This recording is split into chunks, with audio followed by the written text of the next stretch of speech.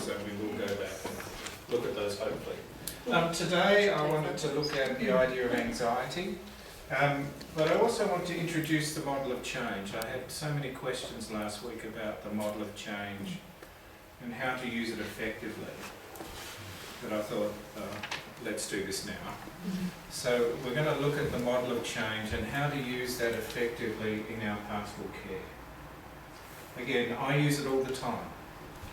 It's a model I've kind of grown up with and I feel very comfortable with, but it's a model that helps me to understand where that person is in the stages of change and what I can best do to help or not help. And that's important to understand too. Because sometimes we can help and at other times we can't. If you think you can help everyone all the time, again, I think I've probably got some medication somewhere that you didn't have. Again, but we'll just quickly look at that model of change. And I've got two articles for you to look at. One is the one that I wrote years ago from my drug and alcohol days. Not while I was on drugs.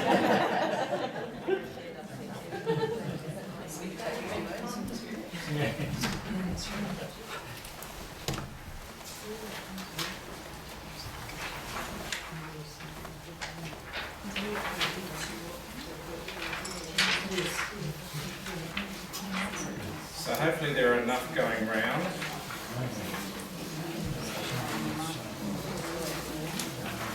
Yeah, there's some coming up behind.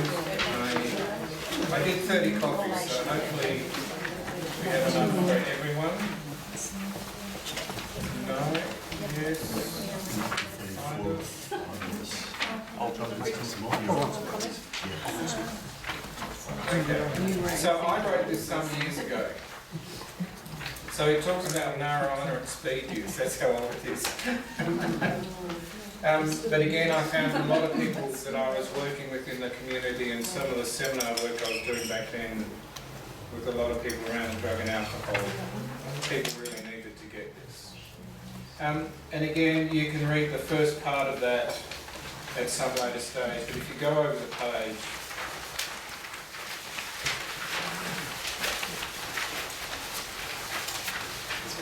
so again, let me reinforce with you, the model of change is actually seen as being on a continuum. So no one suddenly gets to change and goes like the jet rocket. No one suddenly says, yes, I'm going to change, and they go like this. If you do, man, you're doing really well. And I've never seen anyone do it that way. I've never seen it happen. Most of us make decisions around choice and we kind of move up and down in a process, you know, and it's a bit wiggly and it's a bit horrible, but it, you know, that would be the pattern for most of us.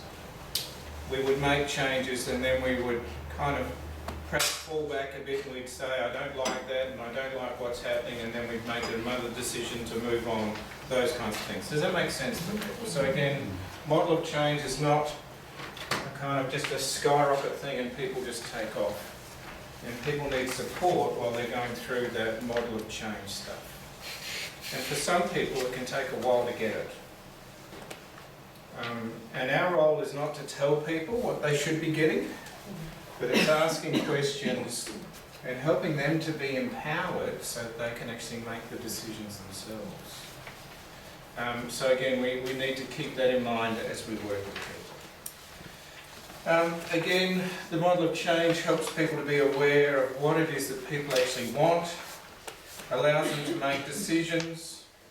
It actually avoids codependency. So it avoids you getting codependent in that relationship with people. And you'll see that in a while. And it also allows you to keep boundaries in place. So as we do this today, you need to think back to the boundary stuff we talked about. These two go hand in hand. And you need to reflect on what does that mean and how do I use this one. So this model has 5. The other one I'm going to give you actually has 6, I think. So in pre-contemplation, and this is the idea, in pre-contemplation, the person's not really wanting to change. They don't see the need for change perhaps, or they're not aware of the need to change. Gee, it's not a great whiteboard, is it? But again, this model recognises that people will only start to change when the negatives outweigh the positives. So for people to change, they need to have that happen in their lives. They often need to have more negatives than the positives. Because if you kept getting positives, would you want to change? You don't want to, do you? I'm quite happy, thanks. I'm getting lots of positives out of this. So why would you want to change? And again, lots of people will kind of go through that. But again, we need to make sure that in our pastoral care we need to see people in this model, because we don't want to keep adding the positives. Every time you keep adding the positives, you can either say you're codependent and you're trying to keep this person the way they are, or you're just not aware that you're actually rescuing them and actually putting them in a place where they won't want to change. Does that make sense? Yeah. So again, it's that kind of model. And it doesn't mean you don't care. It means you may ask different questions. And it doesn't mean you don't want to see them change, but again, it means you kind of have a bit of a stand-back approach and look at what's going on and perhaps help them to be able to see that. So again, that's kind of pre-contemplation. And again, we can't take decisions or make decisions for that person. We can, but they're not going to want to change. And you can keep rescuing them, but they're not going to want to change. So again, we need to be aware of that. And I got caught up a little while ago. I had one of our consumers from one of the rehab places I was working at. He would come up to me each week and say, Mark, I really need some money. I'm a bit flat this week. My grocery bills are piling up. I would give him money. Because I thought I knew him and I thought he was doing well. But then I found out he was blasting the stuff up his arm. And as I got to know a bit more of the story, I suddenly realised that, gee, I'm actually adding positives to this guy's life. I'm trying to actually help him because he tells me a story, the story goes on. The trouble was, in all my caring, I wasn't seeing any change. There was no change happening for him. He just kept blasting the stuff up his arm, and he was quite happy, thanks very much. And then one day I realised, gee, that's happening. And when I stood back and said, sorry, I can't actually give you money, he got really ticked off with me. And didn't speak to me for quite a while. But in the end, he actually came back and said, Mark, I need help. So he'd gone from pre-contemplation to what we call contemplation. Does that make sense? So again, we'll look at that in a minute. But so in contemplation, if you go to that page, it says the person is beginning to weigh up the positive and negatives of their lifestyle choices. And at this stage, they may be committed to change. And for many, the consequences of their lifestyle may be having an effect on their relationships, finances, legal issues, health issues. And there's a real realisation, if they keep going down this way, life is going to be crap. It's not going to go well, and it's not going to happen well. And so often I'll find people start to initiate conversation with me around that. And they'll start coming to me and saying, Mark, life is not going well. This is my second time in this place, you know, and I'm really struggling with being here. I don't like being here, and I don't like having to be admitted. I don't like, you know, the fact that I've lost all my money. I don't, you know, there's a whole lot of, and you can hear people begin that change process where they start recognising the negatives that are racking up for them. And they'll also start talking about that, you know, some of these positives are not so good anymore. And they'll, you know, so they'll start to lessen. And you'll kind of hear that in their conversation. And again, but I often find, and there are two questions I find that are really helpful for people when they're in this contemplation stuff, is really reinforcing with them what are the negatives and what are the positives they get out of doing this. And if they can't think of negatives, I'm going to rack them up for them. Because I'm really going to reinforce the negatives that are going on for them so that they actually get an idea of what's happening and how this is affecting their lives. And the other question I ask them is, what are the person's dreams and goals for their lives? So I start asking them, what do you want to get? Where do you want to go to from here? You know, you've come to this place, this is what's happening for you, but where do you want to go? What's your dream? What's your goal?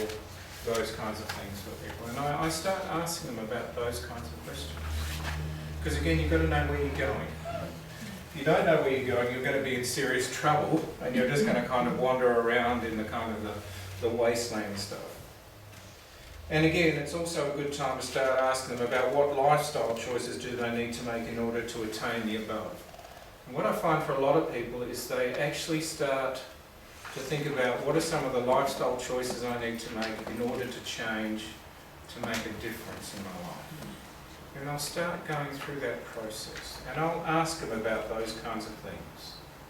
What are some of the lifestyle choices they make? And sometimes what happens is they get too many lifestyle choices, and it becomes a huge list that overwhelms them.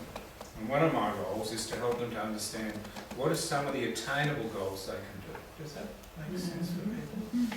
Because sometimes I have this huge list. I need to change this. I need to stop smoking. I need to stop drinking. You know, I need to stop going out. Whatever it is, and the list will go up and up. But my role is allowing that time to be able to work out what's actually reasonable. Because they'll get unreasonable. Again, allowing the person to make a decision. This is also where I'll start acknowledging some of the losses and changes, because this lifestyle will bring about loss. There's no two ways that they won't experience some loss or change in their lifestyle. And again, that's where I'll start naming what are some of those losses you've experienced because of this. And is there anything I can do to help you to acknowledge those losses, to deal with them, and to be able to find some hope or some meaning or purpose in it. So again, it's actually helping the person to start moving or shifting. And again, some of those losses are quite big for people. You know, I've actually lost friends over this. I've lost family over this. You know, those kinds of things can happen for people. And again, any time you shift or change or move, guess what? You're always going to have loss or change. You will. Because you're talking about moving from one place to another, or one type of relationship to another, or one environment to another. Whatever it is, there will be losses and changes. And they're always good to recognise those early up, so that you can actually deal with it. Because what you don't want to do is have them not dealt with, and then they've just got another stress popped on top that's actually harder to deal with. So again, asking those kinds of questions is really important. I also, this stage, start talking to people about this model. And I'll say to them, this model is really important for you to recognise. And I'll start explaining what it actually means, and I'll go through and I'll list it with people. Now that sounds really strange that they should know about it, but I want them to understand what this model is about. I also want them to understand that this model will involve some form of failure at some stage. Because who here has ever made a change and not failed in it? We do, don't we? And so part of my role is helping people to kind of normalise that change involves this changing and moving and growing, and you'll go to do something and it won't work. Now, does that mean you're a failure? No. It simply means it hasn't worked. What have you learned from this? What is it you'd like to do from here on? Again, it's always empowering people to make change, to do change, to live life differently. So again, and there's some list of other questions that I'm always using. And again, this helps people to shift or move or question what they're doing. And it talks about what you call the problem or condition you have to deal with. So I don't just assume that I'm dealing with someone who is depressed. Because it may not be that at all. It may be that there are other issues that are going on for them where they're struggling with change. So I want them to actually tell me what the issue or the problem is so that we're on the same page. And it's about empowering them, helping them to understand what's going on. Again, how severe or life-threatening do you think it is? And again, it's another way of helping people to shift or change or rethink this. And people will do that. How long do you think it will last? You know, there are all kinds of questions that help people to think about this process of shifting or changing. What do you think should be done about it? You know, what do you think we should do about it? What do you think should be done about it? Who have you found to be helpful? It's always a good question. And what have you found helpful in the past? What's been really helpful to you? Is there something you need to pick up again, to re-acknowledge, to reaffirm? Again, what do you fear most about the condition or its treatment, that kind of stuff? Sometimes, why did it happen? Again, it helps people to understand that perhaps they've lived a lifestyle that has not helped them to be able to move or shift or grow. The other thing I always do with people is I talk about the risk of changing. And I want them to be aware that there is a risk in changing. It's no good not acknowledging that, because every time you go to make a shift or a change or a move, you are taking a risk. And it's far better to acknowledge that and to actually help them to work through it. Again, it's part of that loss type stuff that's going on, but people will have to take risks. And the gospel always calls us to risk, doesn't it? But what I don't hear God saying is, now you get it right. Moses is always one of my favourite stories. I love Moses. Moses, you know, spends 40 years wandering around in the desert. He's a bit pre-contemplative, isn't he? You know, he had a go at doing something and it didn't work, so he took off and hid in the desert for a number of years. And then, you know, he sees the burning bush and he comes and, oh, that's interesting, I think I'll go and have a look. And suddenly he realises, gee, I'm talking to God here. I better take my shoes off, this is holy ground stuff. But then he comes up with all these excuses. You notice the excuses he comes up with. What are some of the excuses Moses comes up with? Can't talk. Can't talk, yeah, I stutter. What else? They won't believe me, yeah. Who's going to believe that I can change? Or who's going to believe I can do things differently? What else? There are several. I'm not the best person. I'm not the best person. He's not a leader. I'm not a leader. How can I lead these people? Had a go at that, didn't do so well. Look at me. So he's actually recognising that there are risks, that God is calling him to risk.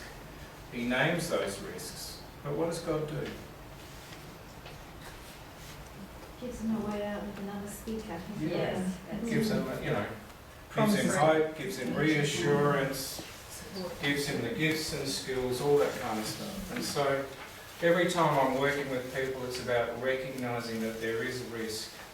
But what is the hope? What is the life? What are some of the things you can do to minimise that risk and still take it?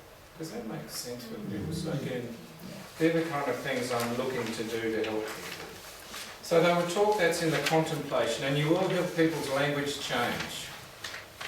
They'll go from pre-contemplation to contemplation. In pre-contemplation they'll say, I'm in such trouble, come and help me. And you'll help them. And then they go off and they're fine for a little while, but they don't make any change. And then they're back again. Oh, I'm in trouble, help me. And you'll hear that language. But when they start going into pre-contemplation, you'll hear a different language. Life is not going so well for me. I think I need a hand. And that's the language you'll hear. And again, we need to be very careful that we pick up on the language and pick up on people wanting to change or wanting to do things differently. If you go over the page, there's that talks about action and change. And it talks about the person has decided that they need to change. And again, I've said here, we need to assist them with a plan. So when people come to me and say, Mark, I am ready to go. I am really ready. I'm jumping out of my skin ready. I'll say to them, well, what plan have you got? Where are you going with this? What kind of plan have you got to be able to help yourself and help me to understand what's going on? What's the plan you've got? And I will help people to step it out. And people need to be able to step it out step by step by step, because people can get the big picture. I need to change, I need to be a different person. If you give them that picture, you're probably going to swamp them. It's more the little step stuff at a time that's really important. When I'm working with people, I'm asking them, what are the steps you need to take in order to make this change? And again, like with one lady, I worked with one lady who had an anxiety-based disorder. She wanted to go to church. She was busting her gut to get to church. But she couldn't even get out her front gate. So we made a plan. And the plan was that we would actually, for the first week, she would get to her front door. See how that worked. The second week was to get to the gate. See how that went. The third week was to actually get part way down the road, because she didn't drive, so she had to walk. How did that go? What happened for you? What went on? And the fourth week was to get her to the front entrance of the church. Not to get in the church, but to get to the front door of the church. And then the step after that was to get her into church. And getting her into church was, you know, we needed to find out where she felt safe. Where could she sit? Who would she have around her that helped her to feel safe? What was her escape plan if she needed one? Does that make sense for them? So it's stepping it out. My goal is to get to church. But for a lot of people, they're not going to do it just going. Like perhaps you or I, you know, we normally come to church. It's part of home for us. We feel safe doing it. Sometimes we do, sometimes we don't. But basically we can do that. But for a lot of people, this is new for them, and we need to keep that in mind. So it's got to be planned out, stepped out, and worked through for people. No good just slam. And I've seen churches do this, where they just say, "Oh, you just need to come to church, and you'll be right." And the expectation is that they will get there, wherever it's Sunday or whatever it is. And then when it doesn't work, there are lots of comments that come along that are not very helpful to that person. So again, we need to walk in their shoes and take time to do that. So again, you know, that's a good idea. Again, you know, reinforcing with them what are their goals, what are those steps they need to take. They need to be slow, small steps. What's the support systems they've got in place? And again, we need to be aware of support systems that are really important for people. And again, you know, so for some people I work with in the community, I know they've got a psychologist, I know they've got a psychiatrist, I know they've got a GP. I know if they're one lady in my church, I know she has 2 or 3 people she relies on. She's got a really good support team. And it helps her to be able to do the stuff she needs to be able to do. And again, being aware of the risks. And then what they find is if you keep doing these kind of things for about 8 weeks, you develop a habit. And sometimes it's encouraging people to keep going so they develop a habit of going. So Carol and I go to the gym, and we're usually pretty good. Sometimes we're not that good, are we?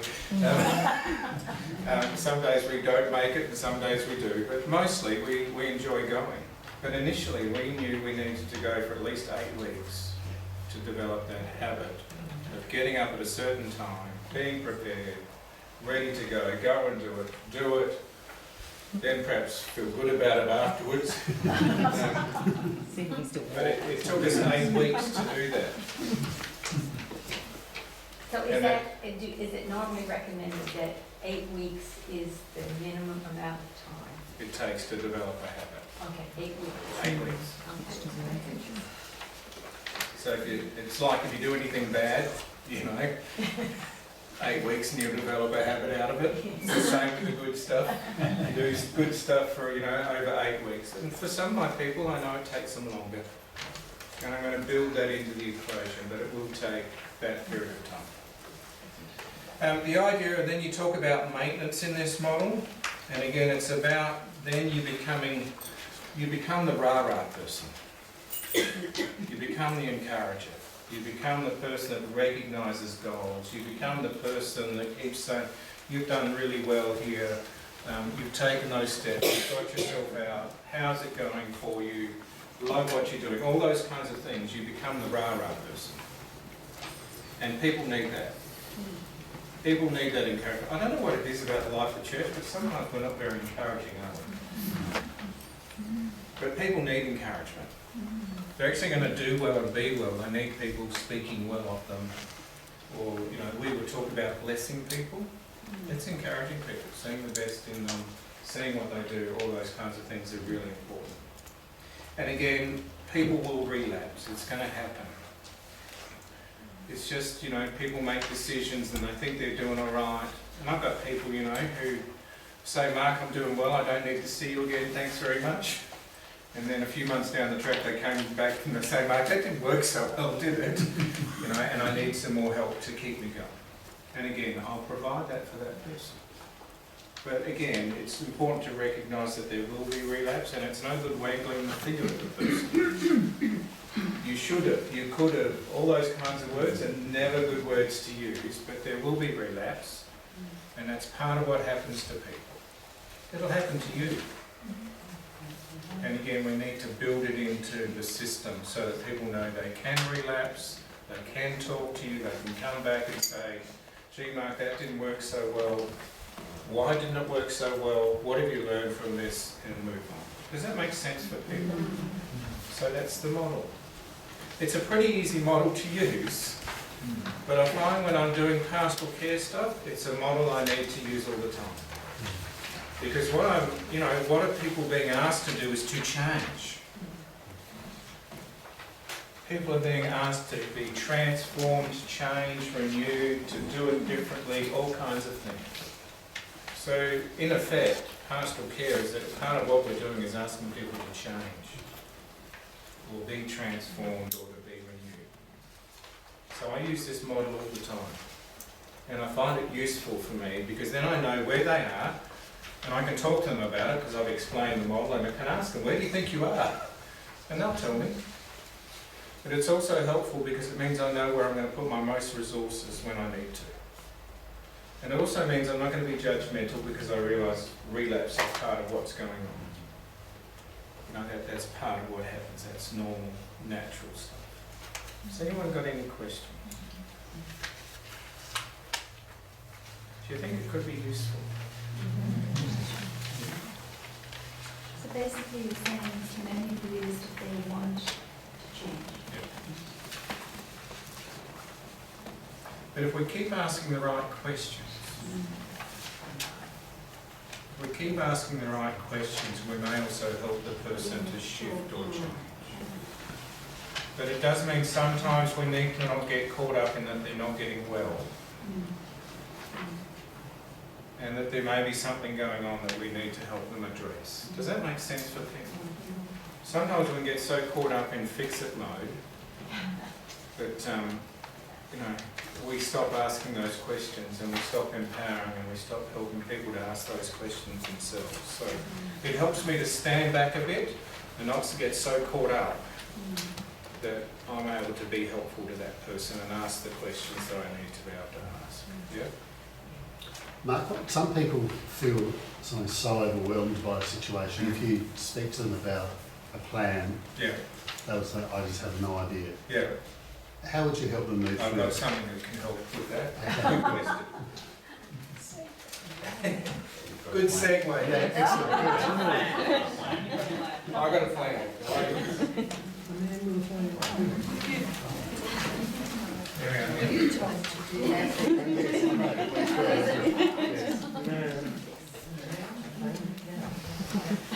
Now, as you pick these up, I'm going to keep talking, but this model comes from a group of people who are called Tatra. They're actually a South Australian group of psychologists who actually do training. And so they run seminars and they do training, and they do them here in Adelaide, which is just lovely. Because a lot of the stuff I have to go to or I want to go to is in Melbourne or Sydney or somewhere. They hardly ever come to Adelaide. So I find their resources really useful.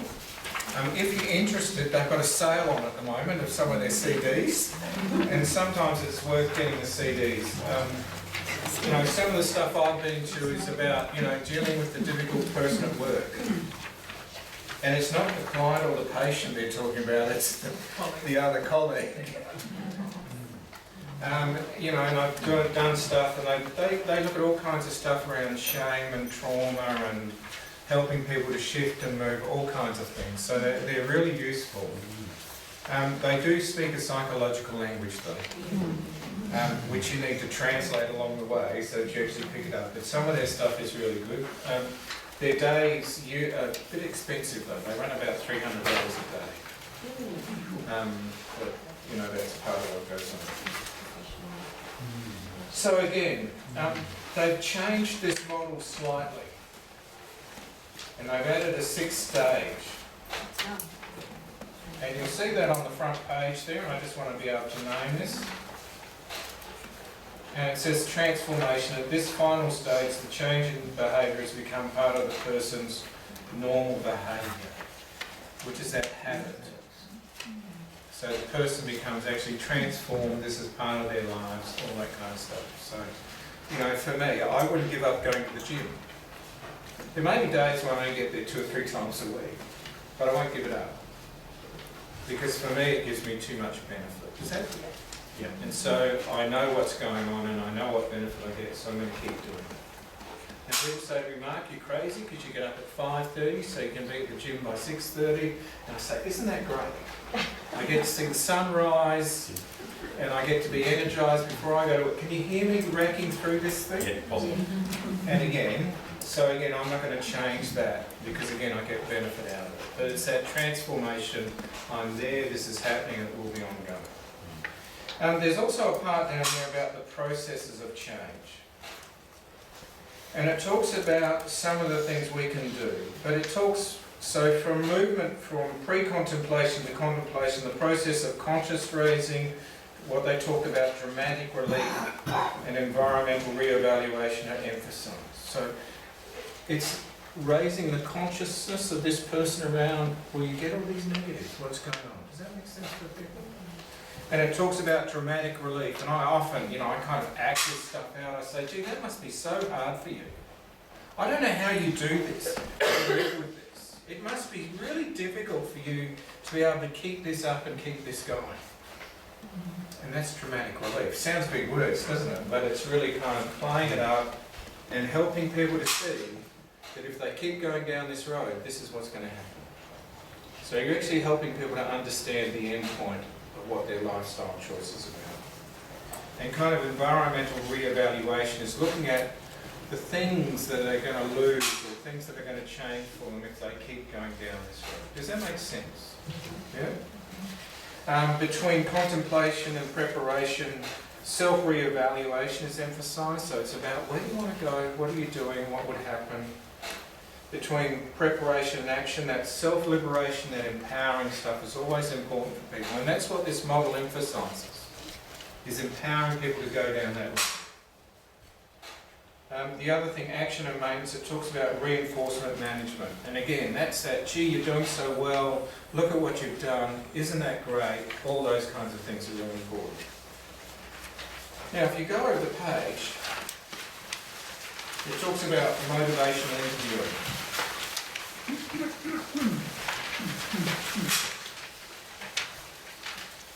And again, what motivational interviewing is about really developing relationship and the importance of relationship. And again, this model works really well because it does function on the idea of developing a relationship that is actually built on trust and honesty and helping the people to actually see that and trust that and to live in that. So I had a lady just recently, I hadn't realised, but about 2 or 3 weeks ago, I saw her and she was saying to me, Mark, I've been able to do this, and I say, yeah, that's really great, and I noticed you've stopped whinging. How did I get away with that? I don't know. But she came back to me a couple of weeks later and she said, Mark, I've been thinking about what you meant by whinging. But because we had this relationship going where there was trust and honesty and openness, we could actually talk about that. And she didn't take offence at it. She's even more, But we're actually able to work out what's the difference between whinging and problem solving. And for her, that was really important for her to know and understand that. But again, it's having that kind of relationship that's built on trust and honesty and those kinds of things. And so that motivational interviewing kind of lists those things that we need to have in order to be good kind of pastoral carers, if you like. And again, it's always good to recognise that there will be resistance at some stage in this model. There will be resistance. And people will kind of get a little bit grumpy and a little bit upset with us because they're a bit resistant to what's going on. And you will have experienced that. You will have experienced that in your pastoral care or in some of the other roles you have. I know with my kids, you know, clean up your bloody room. You know, there's going to be resistance around that at some stage, isn't there? But having a different attitude helps us to roll with the resistance. So what we don't want to do is become finger pointers, finger wagglers. Have you had someone waggle their finger at you? Oh, I'd love to grab it and just go snap. But it doesn't help. It doesn't actually help. It's actually learning to be able to stand back enough to realise that resistance is part of this process, and how do we best help them to be able to work their way through that, to roll with that, and that's part of what's going to happen. So every time I know I'm working with people, doing pastoral care, whatever it is, I know there will be some form of resistance at some stage. And it's going to come. And people get it, you'll feel it. People get a little bit grumpy, a little bit angry with you. They'll start kind of getting a bit distant from you, those kinds of things. And there will be some resistance, that's quite normal. And you need to roll with it to go with it. If you go over the page, there's a whole thing about helping people to change. The first one is about changing the pros and cons. And again, if you're going to work with anyone about change management, you need to go through the positives and the negatives with people. I don't expect that they're going to understand them or know them. They just may know that they need to change. They've got a little bit kind of fried or whatever it is. I'm going to go through and list the positives and negatives with them and help them to list them out. It then goes over the page to start talking about SMART goals.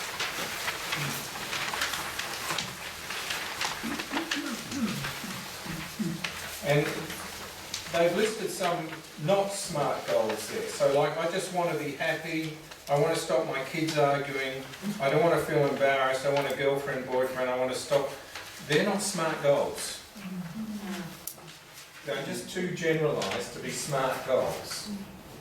And so again, when I talk to people, I'm looking at the idea of, if we were to think about this, how could we measure what was going on for you? How would we know that there was change happening? What's the goal you've got? Is it very simple? Is it specific? So like with the lady I worked with around the church stuff, we were specific about she wanted to go to church. She didn't want to go to anywhere else.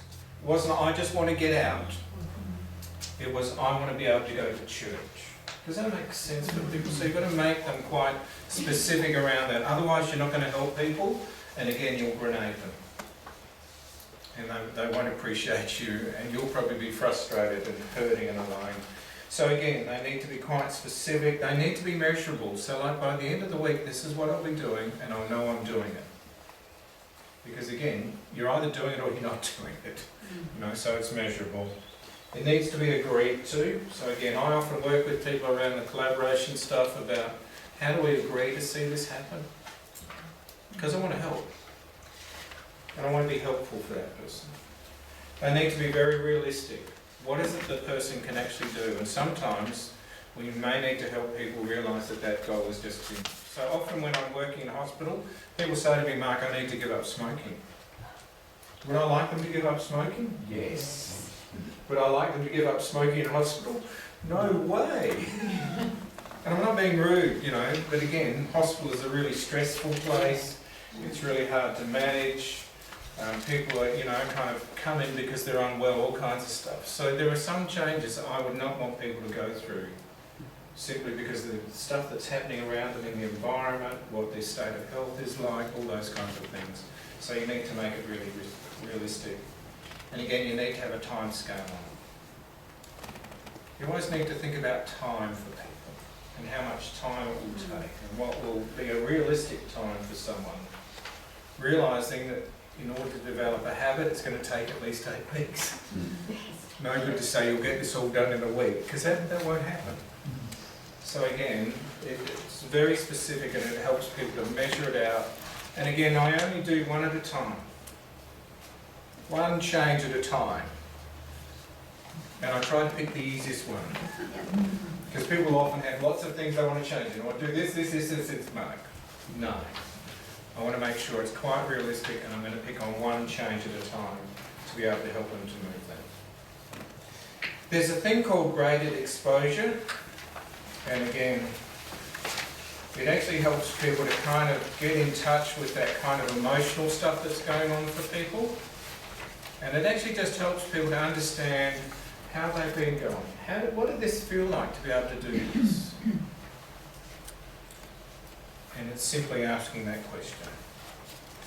And again, this actually one is actually used in anxiety-based disorders. They actually use this model extensively now in anxiety-based disorders. It's really amazing, but they use it because anxiety, I think, is one of the hardest ones to get over. It sounds strange, doesn't it? But I think for a lot of people, anxiety, when it's ramped up and it's running and it's constant and it's in the back of your head all the time, can be really hard to change because you've got this it in the back of your head going off all the time. And how do you manage that? How do you deal with that? So it can be quite hard for people to kind of change because that fear just keeps running around in people's heads. So again, there's also over the pages, there's a list of things that may be helpful for people. On the last page, there's a list of resources that you may be able to use, community resources. So again, feel free to give it a go. But it's used quite extensively, and even now within our mental health field, I'm really surprised. I mean, you know, the units I work in have become quite medical model based. We often only seem to talk about medication. But I've also noticed they've been using this lately. And so it's kind of, I've been thinking, oh, perhaps there's, you know, something more in this and perhaps people are starting to realise it. But again, really useful model. Take it, think about it, see whether it's useful for you. I would use it all the time in my pastoral care when I'm working with people. Yeah? We've got why might these not be smart guides. Yeah. How do you cope when you've actually asked someone what goals you want to achieve, and these are the goals that they I would say to them, and I say to people, that's not achievable. Yeah. What if that's what They want a boyfriend or they... No. The children and want a happy family. I want to be happy. I want my kids to be happy. Yeah, but see again, in order to change, we need to do one goal at a time. And one goal, what may be one goal of being happy? No more shouting. No more shouting. Yeah. What may be one goal of being happy? Might have family games once a week or something. Family games once a week. What else might be another way of describing what it means for me to be happy? Another goal. Have a routine. Have a routine. What else might be another way of describing that I can be happy? What goal might I choose? Less debt. Sorry? Less debt. Less debt. Yeah. I was going to say avoid certain people. Avoid certain people. Well, that might be the goal. I don't know. But see, can you hear how it's been broken down? So what if they feel then, if you say no, what if we sort of... No, I say this is not, I'm not saying no, I'm saying this is probably not achievable the way it is. You need to break it down. Okay, all right. So that you can actually make it more realistic. Okay. And so that you can actually measure what's going on. Because if you can't measure change, how do you know you've changed? Okay. Yes. Yeah, you're just kind of going for this general thing and I don't know how you get there. So again, you've got to break it down and break it down, yeah? I guess making them see that there's a big picture out there, whereas they might zone in on one specific area. Yeah, and you need both. So I know I want to be happy. I describe that as having life and life to the full. That's how I describe happy. But how I get there is change by change by change might change. Does that make sense to people? So again, that's happened for me over the years, and I need to be aware of that. But you need to make it quite specific. No specific, you can't measure it, you can't honour it, you can't see it. So again, and for a lot of people, they won't have the capacity to do that. You're just setting them up. You just, if you say, yeah, let's be happy, I mean, that could mean I drink 12 beers a day. I might be happy. You know, that kind of stuff. Yeah. Okay. And one last question. Is postnatal depression and suicidal people, do you treat them any differently? Or do you still use the same model as what we're talking about? I use some of the same model. One of the real sadness for me around postnatal depression is I actually think it's prenatal depression. And I think anyone who's ended up with postnatal depression hasn't actually been, I'm going to use kind of language, screened properly in their prenatal stuff. Because the research actually says that for most people who've got postnatal depression, they've already got prenatal depression before they run into it. Okay. And they start getting depressed and feeling the symptoms. And then they have this stressful event of giving birth and doing all that and thinking, God, how am I going to manage this alien creature that's come into my life? And they'll tip. Does that make sense? So it's more and that's what we need to do more of, is that prenatal stuff. And we would help people to manage that postnatal stuff far better than what we do at the moment. It's not something we do well, I don't think. We just expect it because this is such a great event, la da da da. And for lots of people, there's lots of loss and change that happens, all those kinds of things. There's lots of pressure on mums. They're going to have the perfect kid. They're going to be the perfect mum, and you think, what does that mean? All those kinds of things. So, yeah. But I often find that there's a lot of expectation on pregnant mums. And often it's unstated, and that's the big problem. So again, it's worth thinking through that kind of stuff. Okay. Let's have a break. Anxiety-based stuff. Two of the books, actually, this author is really good, and we've talked about one of her books before, but it's by Bev Asbett. And she has actually 3 books on anxiety-based stuff. Again, they're really lovely, they're good, yeah. What's her name? Bev Asbett, A-I-S-B-E-T-T. But again, you can see photocopyables, very plain language, very easy to read for people, easy to work your way through. She's got 3 books, Living with It, Living It Up, and there's another one, I can't remember it. But they put all 3 in one now, I'm not sure that's a good idea, but one of her books has sold over 200,000 copies, which says something about it. And I've had lots of people saying, these have been the best thing I've had for a long time. You get them from Dimmicks, all those kinds of bookshops. But again, a great resource to be able to use for people, because you can go through it chapter by chapter. And often you'll find with people who experience anxiety-based disorders, you're going to throw a whole lot of stuff at it.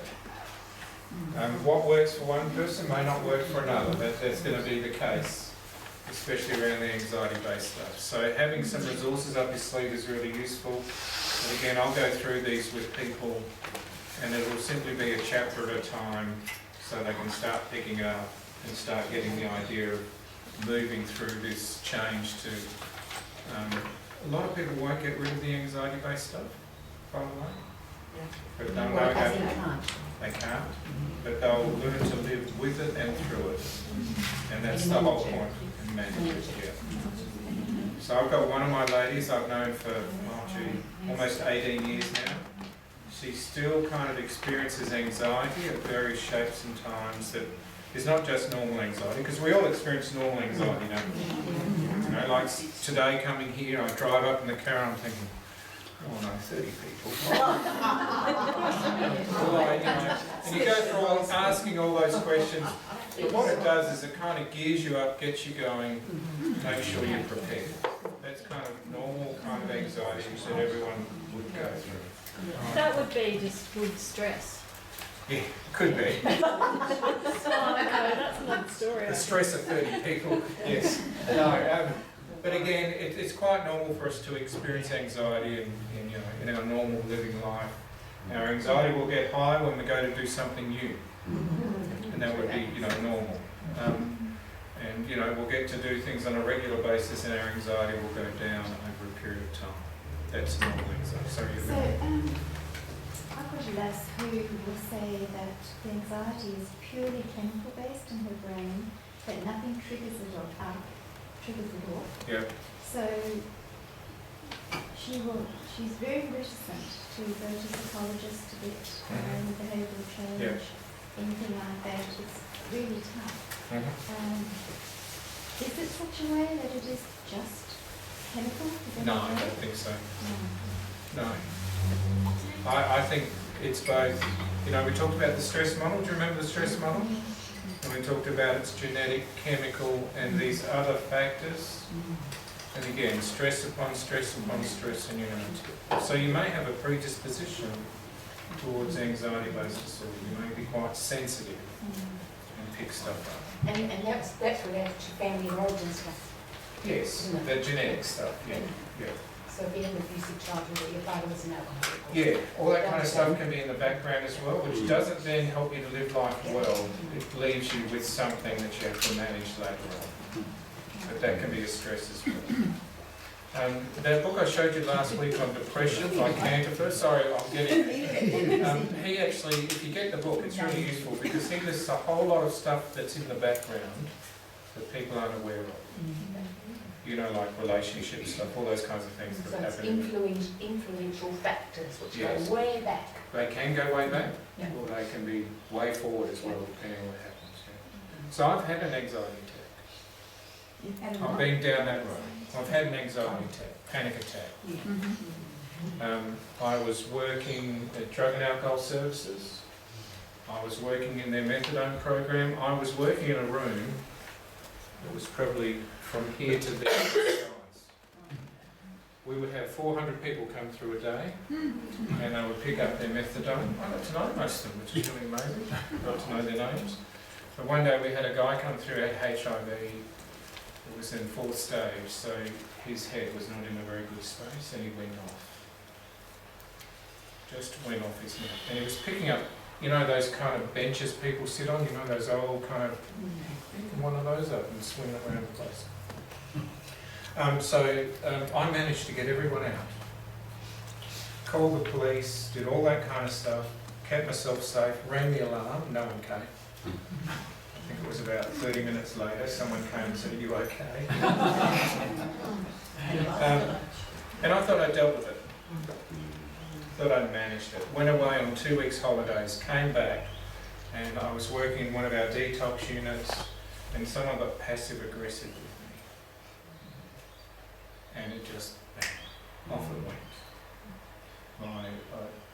I started sweating, I started getting this horrible feeling in my chest, thought I was having a heart attack. My ability to think just went right out the window, and I ended up taking 3 months off to work through that. Some of the stresses I had on board was I was studying full-time and just about working full-time. And trying to manage the kind of study load, realising I needed to work because I didn't want my kids to miss out, all those kinds of things, we needed money. So there were some things that, stresses that I was carrying that just kind of made me prone to that kind of stuff, and it just went back. Does that make sense for people?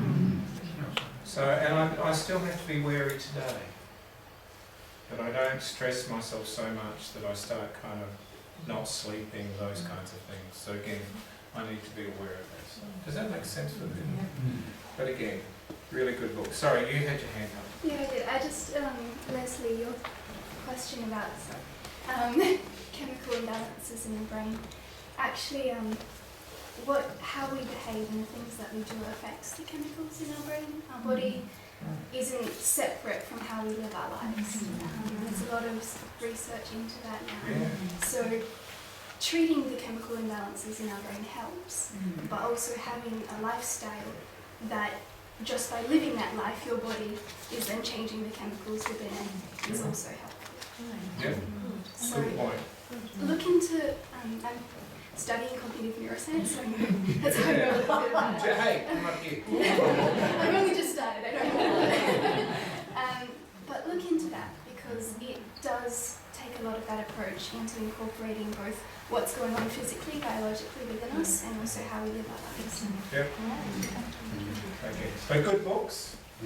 The other book I brought along is a book called Adrenaline and Stress, again by Arch Hart. For all of you who are prone to burnout and pushing way too hard, and again, like I've said before, if you're in pastoral care, you're going to be a type A, type B person. Type A's are the person who get out there and drive things. Type B's are the kind of the people who are caring, compassionate. Often I find pastoral carers, chaplains, ministers are both. And if you're not aware of that, you're going to push yourself to the point of burnout, compassion, fatigue, all those kinds of things. So you need to be reading this, by the way. So check to get more aware. But for a lot of my people, they're not aware of the stress kind of stuff and the anxiety producing stuff that goes on for them. And so they need to be aware of what's happening in their bodies and how it affects them and the things that go on. So again, a good little book, but again, very breakdownable. They can, do chapter by chapter. It's not something you need to read in one hit, but a good book. What was the author of that book? Arch Hart. Yeah, Arch Hart. And I don't know if you get the Sunday mail. Does anyone get the Sunday mail? Yes. Or am I the only boy going to hear it? There's a lovely article today in about anxiety-based disorders, and this woman's story of her kind of recognising it's still very much a part of her life, but how she's managed it and how she's got through it. So again, I think I'll be ordering that one. But again, just a lovely article for people to be aware of and people to know. Yep. Okay.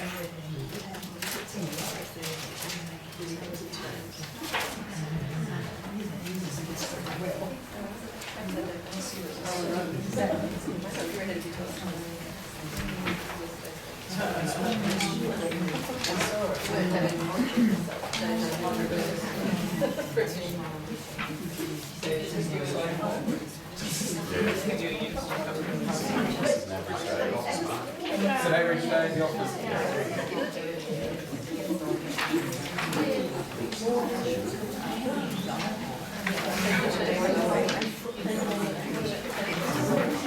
Hopefully they've done enough. There are more coming round still. Meaning photocopying into this. So I'm going to start at the other end next time we go down.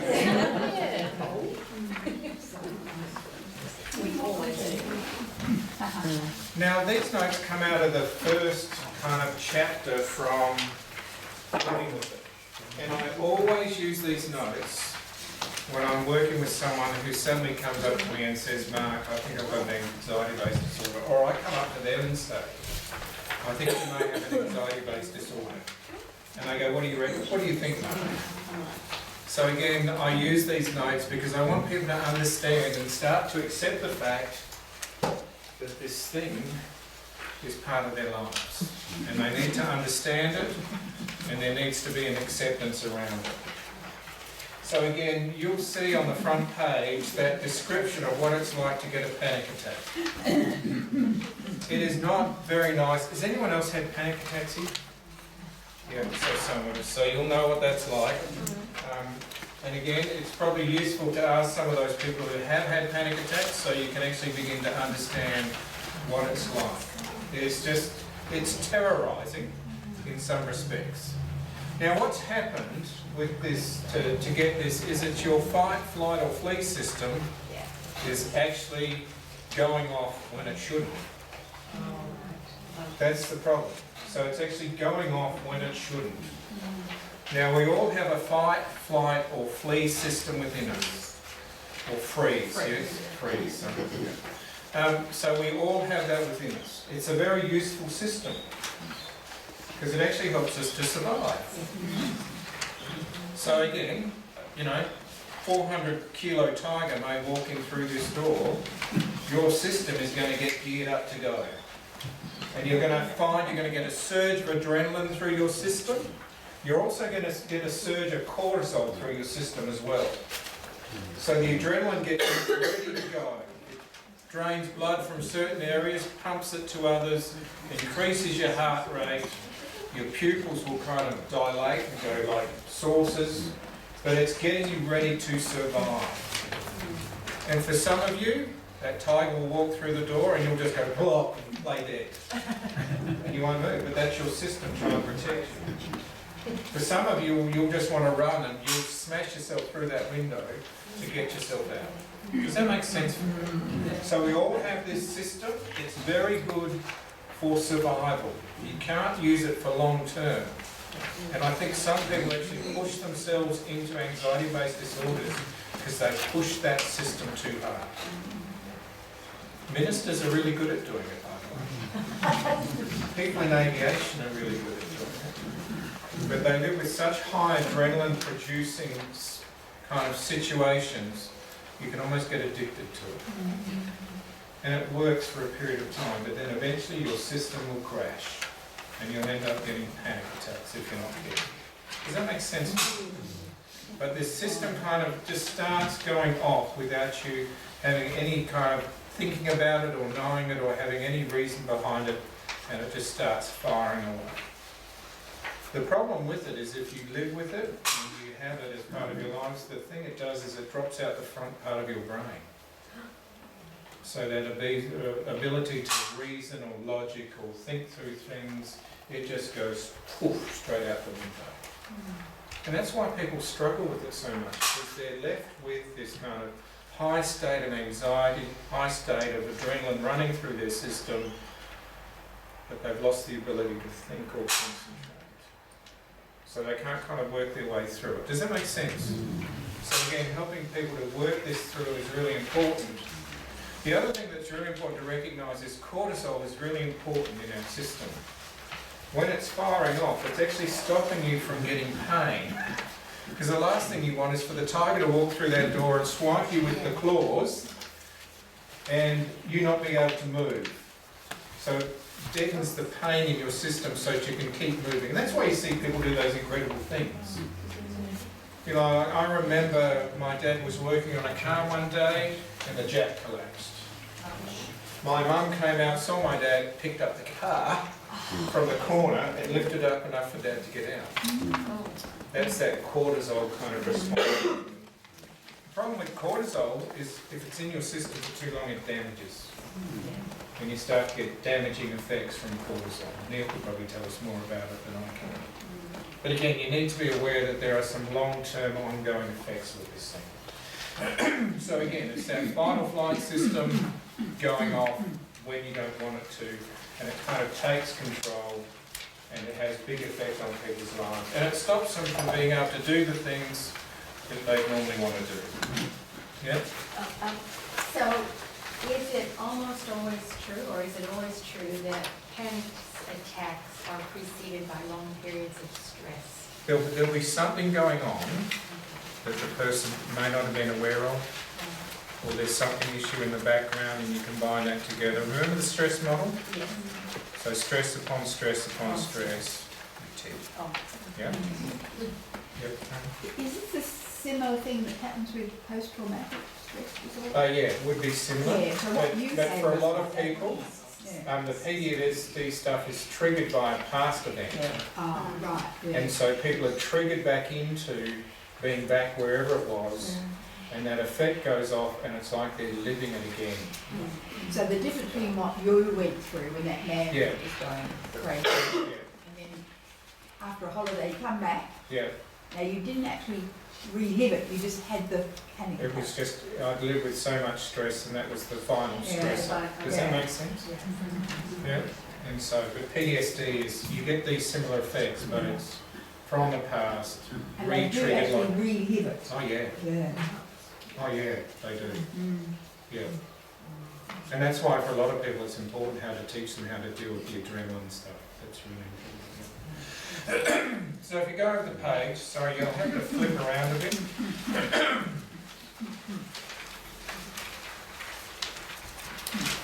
Now again, she's kind of using the stress model. She's using the stress model to explain why people end up with some of this stuff. So she's got a recipe for an it. So she says you take 4 truckloads of guilt. And again, what you're going to find for a lot of people who experience anxiety-based disorders, they're very sensitive. And we'll get to that in a minute. But they're very sensitive to a whole bunch of stuff in their world. More so than a whole bunch of other people. So that guilt can really get at them and really have a go. So you get 4 truckloads of guilt, 16 cups of shoulds, 4 bags of perfectionism, 16 busloads of criticism, 10 barrels of low self-esteem, 20 tons of negative thoughts, 80 kilos of exaggeration, 1 football field worth of worrying, a large pinch of sense of failure, and 1 period of insomnia. She goes on to say, combined with any of the following: 1 major life change, 1 or more relationship problems, 1 or more drug experiences, 1 prolonged period of tension, 1 set of gynecological problems or hormonal changes, 1 inability to relax, 1 ridiculous workload, 1 unhappy childhood, 1 set of sexual problems, 1 family member with a panic disorder, 1 biological predisposition. She says the ingredients may vary with each individual, and so you have a base of negative thoughts, to which you add a stressful situation, followed by a topping of physical sensations, and you get to having to house train your Can you hear the stress model? Can you hear the stress model running in it? Yeah. So again, you need to be aware that for a lot of people, again, I think people who experience anxiety-based disorders are quite sensitive to this. Now, in some respects, that can be a real gift. That can be a really big gift for people to be sensitive to some things around their world. And this lady talks about, in a book which is really interesting, or just in this article, she says, try to accept that along with all the truly horrible parts of anxiety, you may also be sensitive, creative, imaginative, funny, caring, and all the other beautiful things that come as the panacea to anxiety. But again, I think for a lot of people, they're more set up for this than perhaps other people, and we'll talk about that in a minute. So the first thing she talks about is people accepting that this is going on. And I will work hard with people for a period of time to help them to understand that this is their reality. Because if you can't accept it, you're not going to do anything about it. It's just not going to happen. And so people need to come to a place, and again, having that relationship stuff with people is really important, to be able to talk about what's going on for them, and to be open, honest, all those kinds of things. Again, starting to think back to the model of change stuff, you would start incorporating that stuff in as well. But again, she talks about helping people to understand that they now have this thing called an it. And it's not information technology. And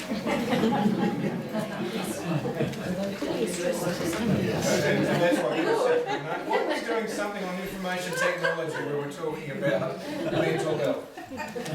But she changes the language of the anxiety-based disorder, and she's looking for people to look at it differently, to have a language to describe what's going. And so she talks about having an it. And again, it's starting to help people to think about this thing quite differently. And you know, she's got it pictured there like a little monster. And again, helping people understand that it's a little monster and it's an it. And that, again, what it's helping people to do is to put it out there. And to say, it's something, I need to take notice of it, and I need to be aware of it. And I don't need to judge myself about it. This is part of what's going on. This is part of what's happening. But again, for a lot of people, it's that accepting stuff. And you will find for a lot of times, people will run away in denial and say, I'm fine, Mark. I don't need any help with this. And I'll say, okay. But it doesn't take long, and they're actually coming back saying, actually, there may be something wrong here, Mark. So again, but it's that having that acceptance of it, it's being able to acknowledge that it's part of their lives, and there's something you can start doing about it. Does that make sense for people? But again, really important to recognise. And again, she goes through some of the stuff. But one of the really important things that I do with people initially is teaching them breathing. So if you go over to page 32, You'll have to flick around, I'm sorry, I've made a bit of a mess of it. I could blame the photocopier, I guess. Ordained No, it's not bad. Again, one of the things that we can't often control is our heart rate. Some people can. Anyone here control their heart rate? Some people can actually. They can use biofeedback and control their heart rate.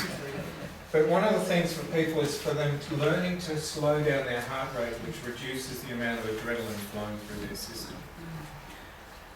So teaching people how to breathe properly is really important. So that when they're actually starting to feel that anxiety come on, they can actually slow down and stop and start learning to breathe and to breathe properly. So that they're actually slowing down enough. Because if they keep breathing the way they're going, it's actually going to have an effect in the end to where they will get a panic attack going in. So it's that kind of like that physical stuff actually triggering the anxiety-based stuff. So for a lot of people, I will work hard with them about helping them be able to develop that deep breathing.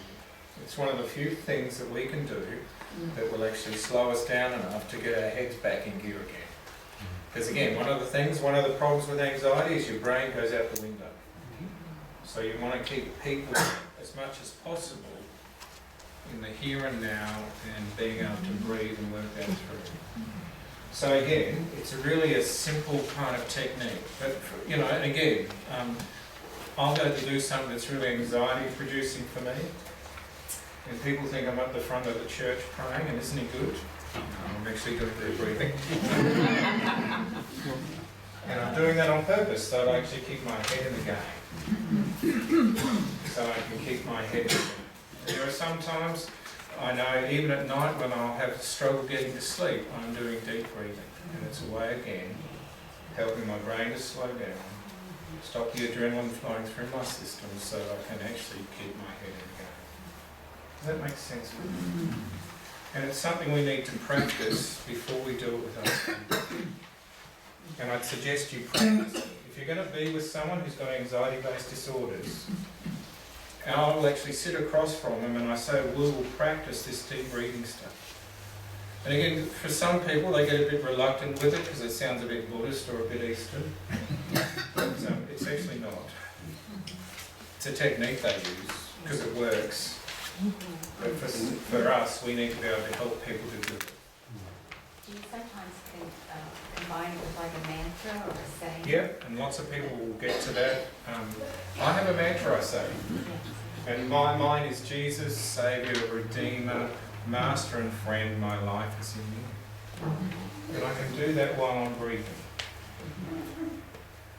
And I can do it quite easily while I'm breathing, but it puts my head in a different space and helps me to keep my head in the game. Does that make sense with people?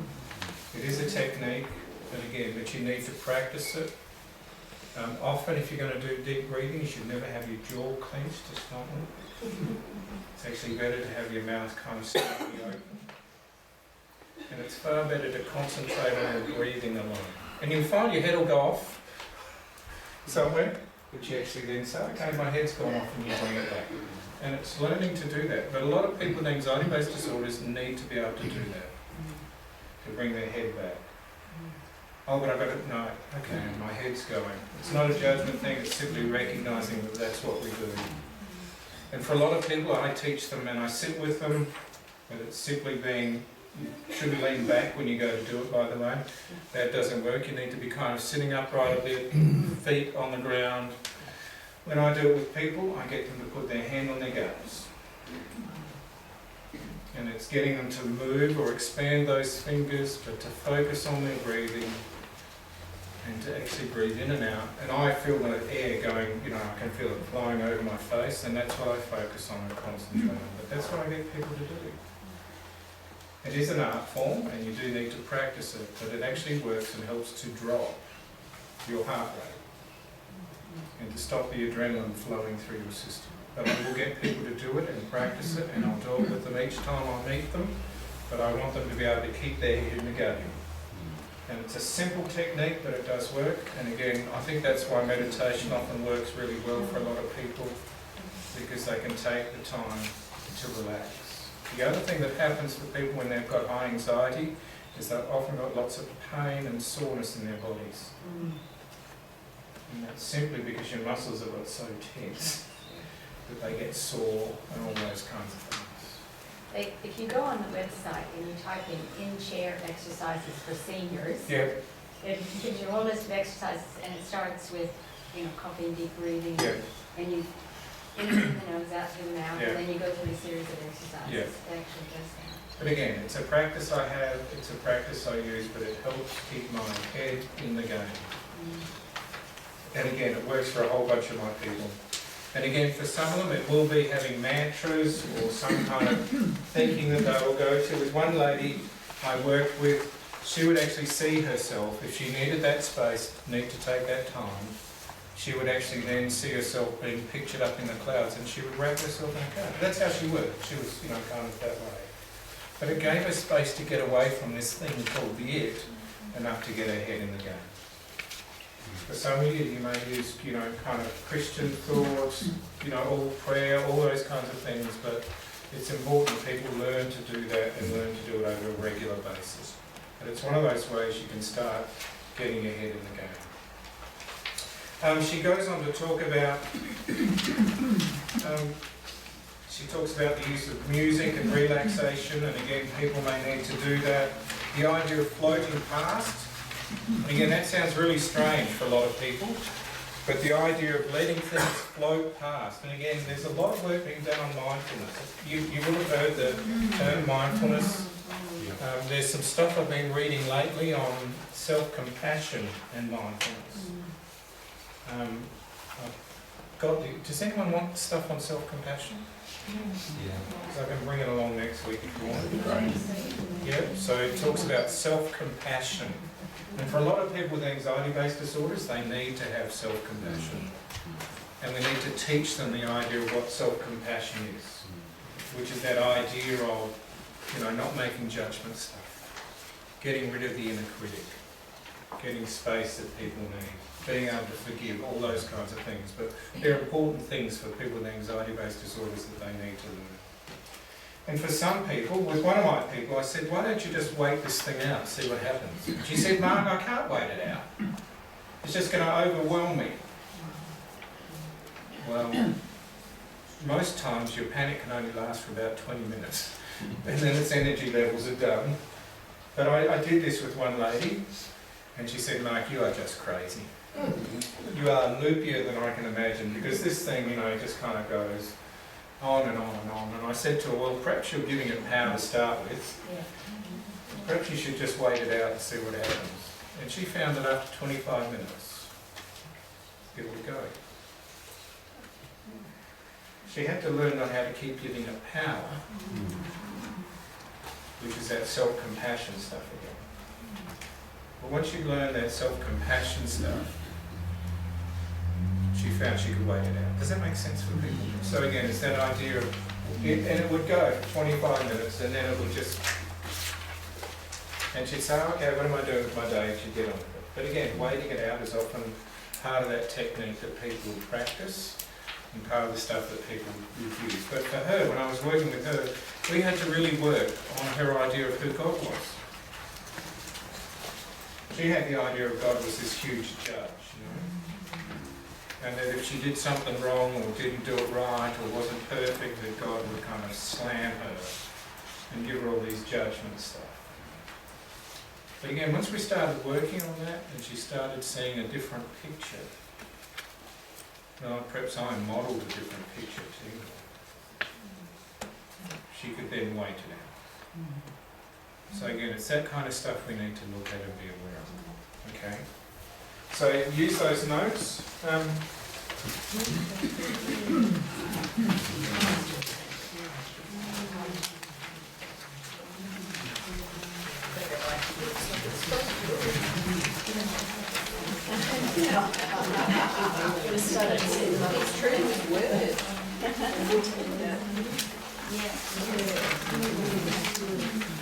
Mark,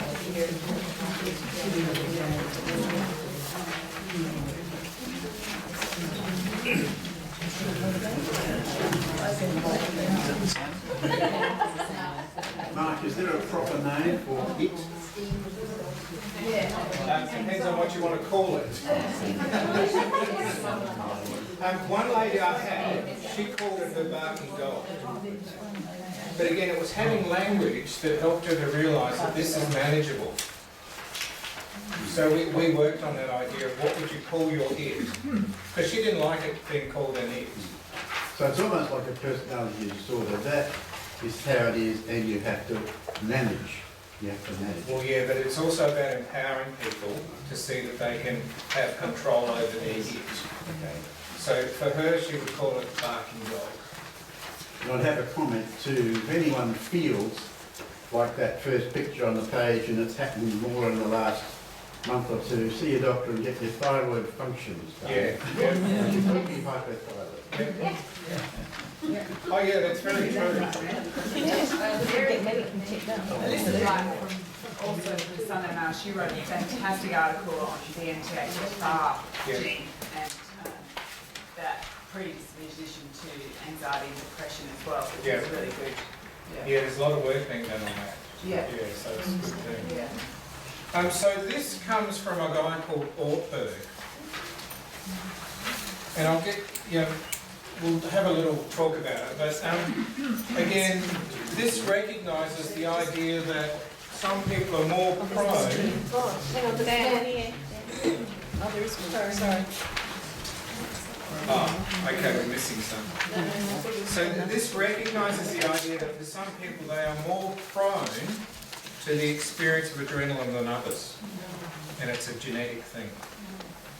So this model actually recognises that some people are actually get more flooded with adrenaline than other people. So, we kind of idolise those people who go out and climb cliffs and jump out of planes and do all kinds of crazy things. I don't think we should. Because it's actually a genetic predisposition. Oh no, it is. Sorry? Yeah. So what they've recognised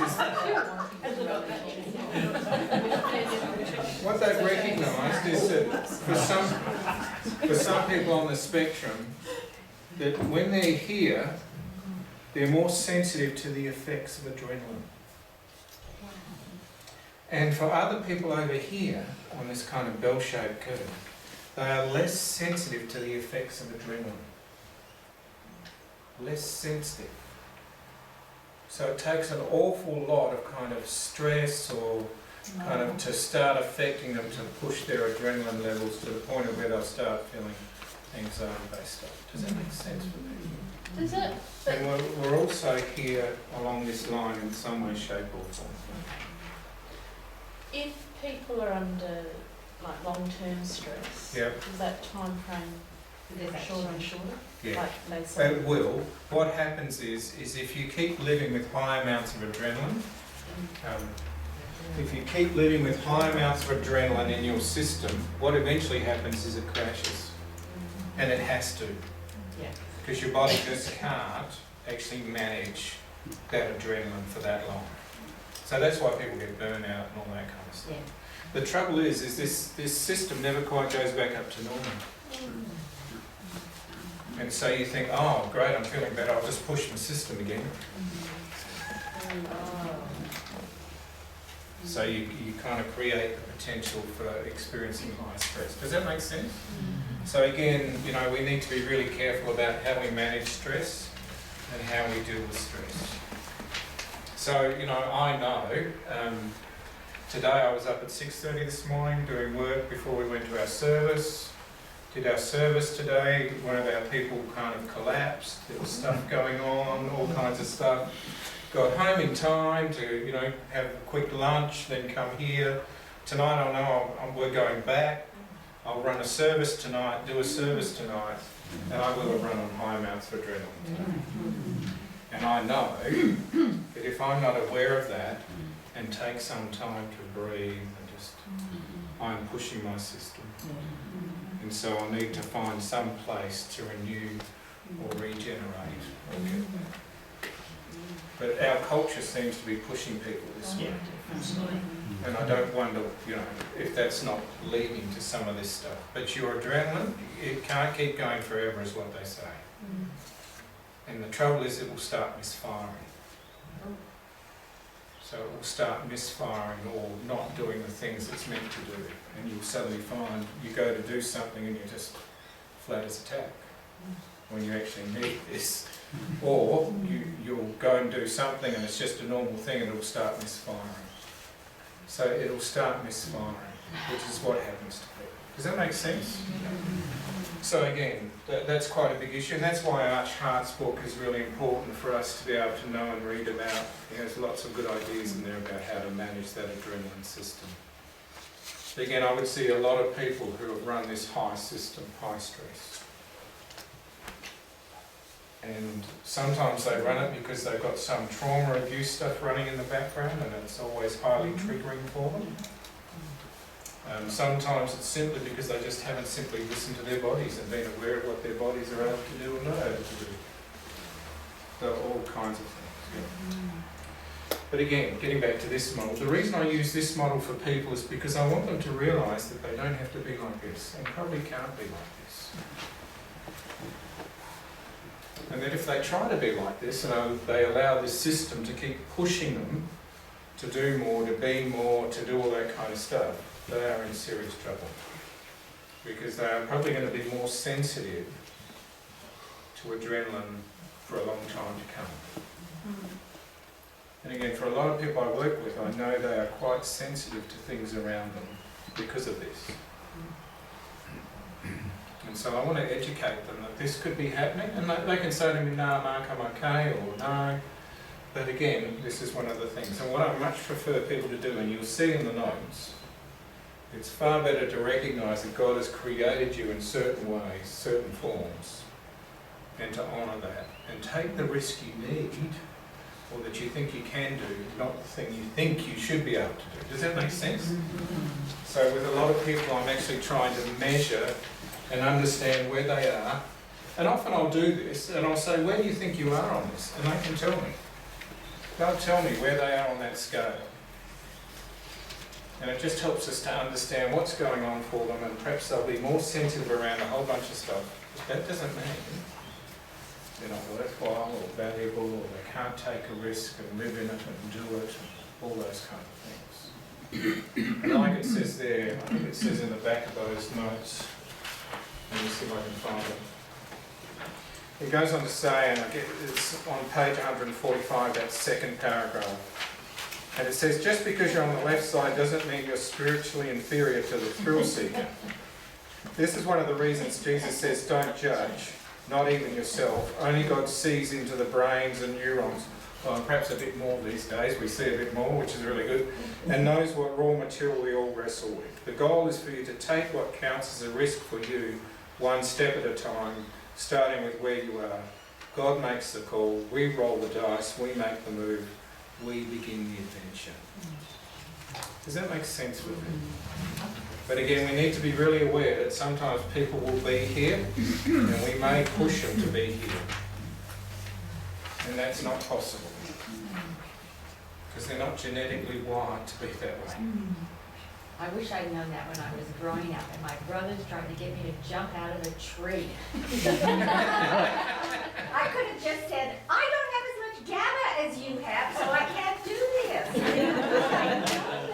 So again, I hope that's helpful, but I would use that with a lot of people I work with, because I don't want to set them up. I want them to be able to take risks that are quite reasonable and logical for them, and that they're able to do, because this will involve risk. People wanting to overcome that anxiety-based disorder means risk. It means they have to do things in order to bring about change. So I want it to be realistic, reasonable, measurable, all those kinds of things for them. And I've got some people I've worked with, and they say to me, Mark, I'm not healed. And they're comparing themselves to here. But I see them as being quite healed because they're actually living with in this, and you're doing the things that they need to do and doing them well.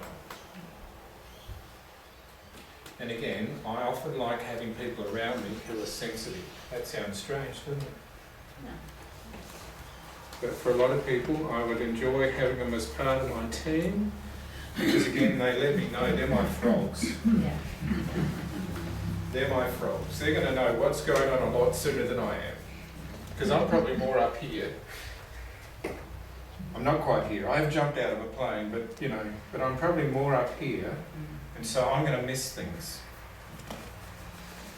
I'm just going to say, let's go and do this, and let's have some fun, and let's jump into this.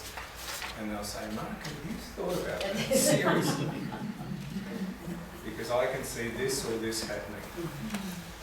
So I have some people around me that I call my frogs, and I'm quite happy to acknowledge that and name that, but again, I value that because I see it as being a gift.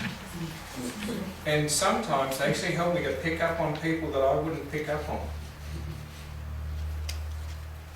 So I had one lady yesterday come up and try to say to me, Mark, you should go and see this person because I can see this happening in them. I'm usually pretty good at picking up stuff, but she was there straight away. Does that make sense for people? So again, it can be a real gift, but it can also, it does have that cutting edge for people that they will pick stuff up and their system can be overloaded a lot quicker than perhaps what other people can. Simply how people are. If people are classic at being perfectionists, can that sort of push a person into being obsessive about things? Yeah. Well, if they're here and you're saying be perfect, what are you doing? You're pushing them to do something that they can't do, and then what their system says is, I've got to have control. I've got to have control, I've got to be in, and we all like being in control, by the way. Who here doesn't like being in control of something? Being in control is part of what we need. If you push people with perfectionism and all that kind of stuff, they're going to want control. One of the ways you can get control is to manage some of the things that happen around you. And become obsessive. Yep. Yep. Now we're all a little bit obsessive compulsive about certain things like that. We are. I like the cutlery straight on my table when I go to In some job roles, that's an intro requirement. You need it, yep. And I know in some of the roles I have and some of the roles I do, I need to be spot on with stuff. But when it starts getting to the point of I need to have control over it all the time and in every space, and that's that's kind of being obsessive. Yep. And what do you do? I mean, if you think you've got that, or you know someone else that's got it, how can you counteract it? Well, one of the things you can do to help people is to deal with the perfectionism stuff, because what I'm suggesting is we compare ourselves to other people all the time. And for someone who's here and being quite sensitive, they often compare themselves to everyone around them all the time. It's a big, big issue. I find for a lot of the people I work with, there's always this comparison stuff going on. I should be able to be better than what I am. I should be able to do this. I should be able to do that. I should. And that's that perfectionism stuff. And trouble is, it doesn't work. Perfectionism, I like to do things well, but I'm not sure I'm going to do them perfect. I like to do them to the best of my ability, but I don't think I'm going to get it all perfect. And so, it's that self-compassion stuff as well. We need to kind of learn how to be gentle on ourselves and to kind of allow ourselves to make mistakes, to work through that process, to get rid of that inner critic stuff. Yep. I guess it's kind of strive for excellence rather than Perfection. Yeah. Yep. It's a good way of putting it. So does that make sense for people? Yep. Oh crap. We need to finish. I'll give you out the other set of notes I've got. These notes come from Arch Heart, and I've actually taken them and I use them specifically with people. And again, I use them specifically with people because I want them to be able to manage their adrenaline systems. And again, for a lot of people, when they've got this running, their adrenaline systems can get depleted really quickly because they get flooded.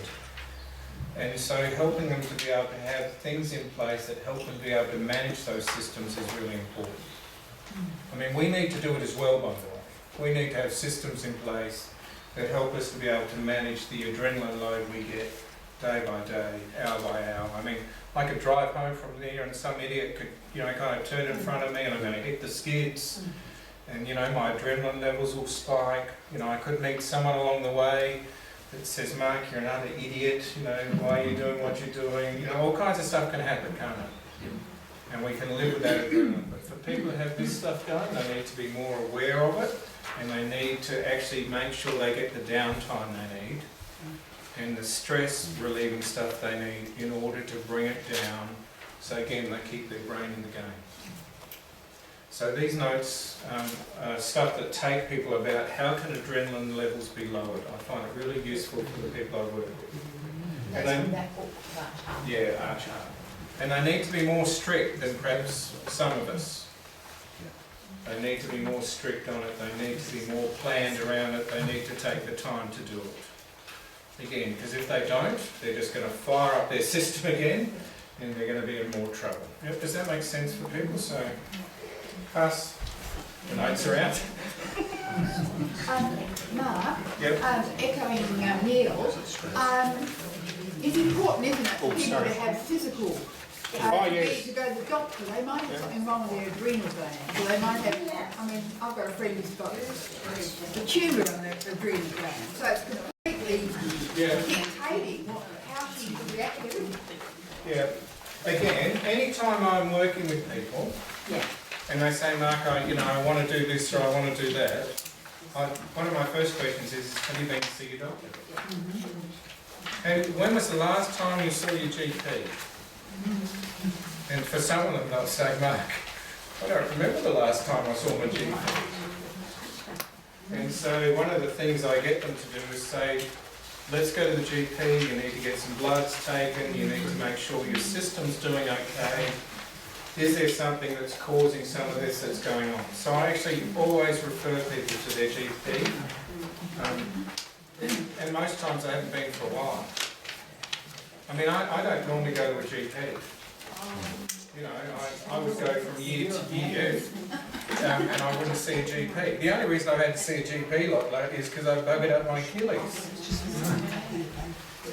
But normally I wouldn't go and see a GP. And for a lot of men, that's the case, by the way. Men are really terrible at seeing GPs.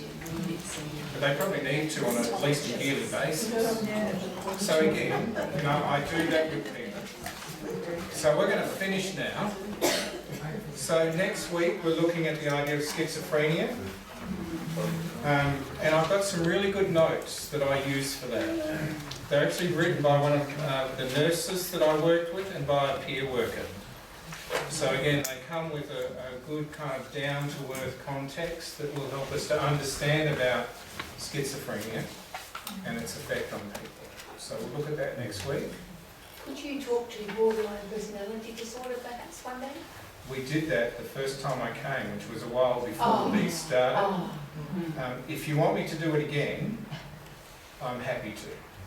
But you'll need to kind of get together, go to Dan and say, Dan, this is what I'd like to do. All right, I'm happy to come back and do it. Was that recorded? No. It wasn't. No, this is last year. Oh, right. So I don't tend to use the word personality disorder. I kind of dislike it. And for very good reason, because a lot of people who get diagnosed with personality disorder feel like someone's actually condemning them as a person. And in the mental health system, what's happened is people get diagnosed with having personality disorder, and it's kind of like the system says, well, sorry, we can't do much. So what would you choose to call it? I talk about difficult people.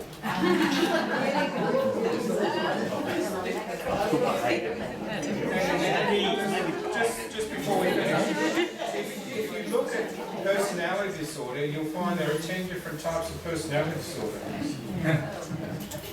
So it's not just, you know, borderline, there's a whole range. And again, so, you know, it's easier to talk about difficult people. Yeah? So go, be well, and we'll see you next week.